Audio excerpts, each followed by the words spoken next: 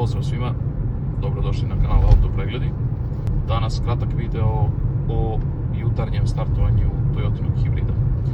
Kod hibrida, kada pokrenete sistem tako što pritisnete dugme start, automobil će da vam signalizira da je spremno za polazak, tako što će na tabli da se pojavi, kao što vidite ovdje, jedna lampica gdje piše ready. I to znači da možete da iz parking prebacite u drive i krenete sa vožnjom.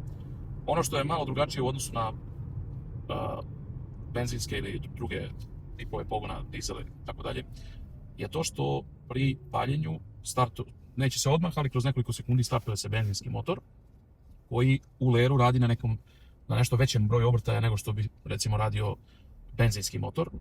I dobro bi bilo da recimo taj ler, kako bi efikasnost bila maksimalna, odnosno da vozilo pokrenete što pre, odnosno da ga ne grejete tako što će automobil da stoji.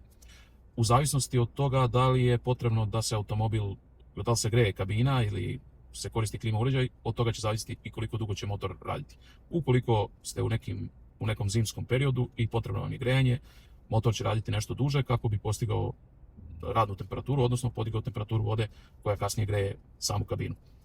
To također ima uticaj na potrošnju. Znači, jako kratke relacije od par kilometara po gradu će kao rezultat imati nešto višu potrošnju kod hibrida, dok ukoliko nastavite da vozite, ta potrošnja će se smanjiti ukoliko su vaše deonice nešto veće.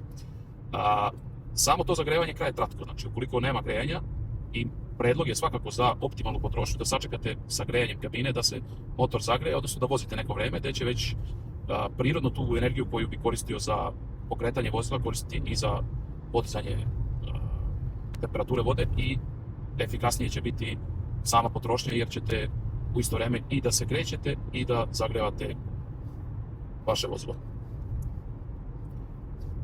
To su neke, da kažemo, razlike između pokretanja hibrida. I također što je interesantno reći, znači vi kada startujete hibrid, zapravo vi koristite u trenutku kada pritisnete dugme start, pokrećete ceo hibridni sistem tako što akumulator od 12 volti, uglavnom kod hibrida manji akumulator nego kod klasičnih benzinaca ili dizela.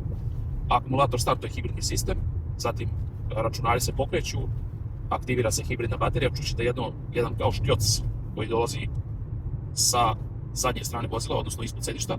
To znači da je baterija startovana i tada je ceo hibridni sistem u radu i dalja potrošnja energije se za sve potrošače izvodi iz same hibridne baterije. Nadam se da vam je bio interesantan video. Pišite u komentarima ukoliko imate nekih dodatnih pitanja što se tiče Toyotinih hibrida. Pozdrav!